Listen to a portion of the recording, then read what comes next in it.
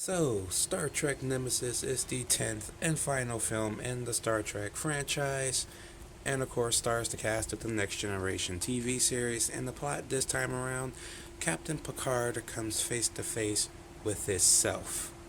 Literally, his younger version of himself, in the form of a clone played by Tom Hardy, who wants to meet with Captain Picard on a peace treaty agreement, basically, but it is all a ruse because he wants to kill Picard, take his blood so he can survive, and of course annihilate Earth in the process.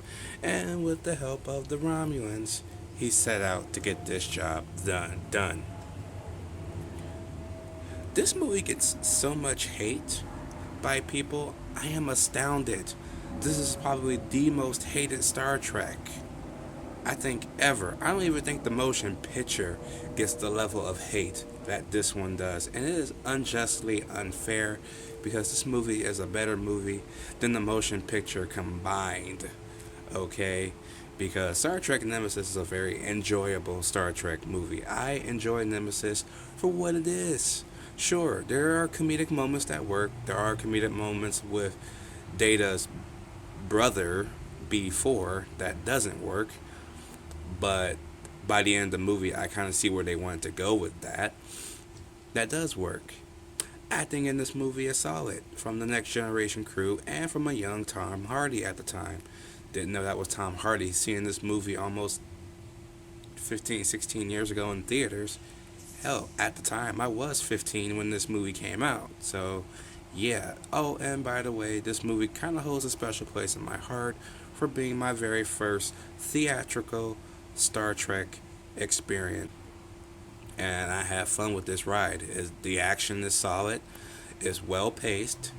Now, there is a couple of things in this movie that does slow it down, so it does kind of get a little, dare I say it, boring when it's talking about diplomatic solutions and stuff like that.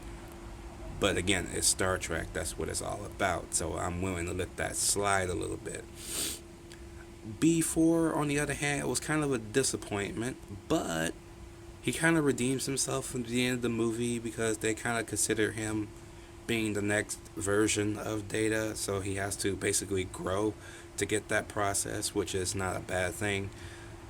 So yeah, now Tom Hardy as the bad guy, I love him as the bad guy. He makes this bad guy more memorable.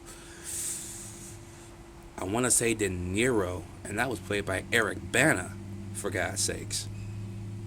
I kind of wanted one more Star Trek movie with the Next Generation, but now that I'm older and I found out that this was the final movie for the Next Generation, it's not a terrible way to end off whatsoever. It's a good way to go out. It goes out on its own. It goes out on top. It may not be to all the positive reception that it should have gotten, but at least it's going out the way it wants to go out, with the cast happy and everything like that. And I appreciate Star Trek Nemesis on that. CGI is a little bit iffy at times, but again, it was 2002, so CGI wasn't as advanced yet. And besides, it wasn't the same studio that worked on Terminator 2. So I know people are going to make that comparison. It's not the same studio. So yeah, if it was, holy shit, this would be the most beautiful looking Star Trek I've ever seen. But you know what? The effects, the set, they still hold up, so I'm not complaining all too much. All in all though, Star Trek Nemesis is one of my favorites, if not my guilty pleasure. Thank you for being my first theatrical experience. Unfortunately, it had to take the final film of the franchise in order to do that. But yeah, I will give Star Trek Nemesis a B minus. Let me know what you guys think about the final Star Trek movie in the Next Generation franchise. Did you like it? Did you not like it? That is all my Star Trek reviews. I have reviewed every single Star Trek all the way up until Into Darkness. So yeah, I have a playlist on the Star Trek franchise. I'll have it linked down below. Check it out.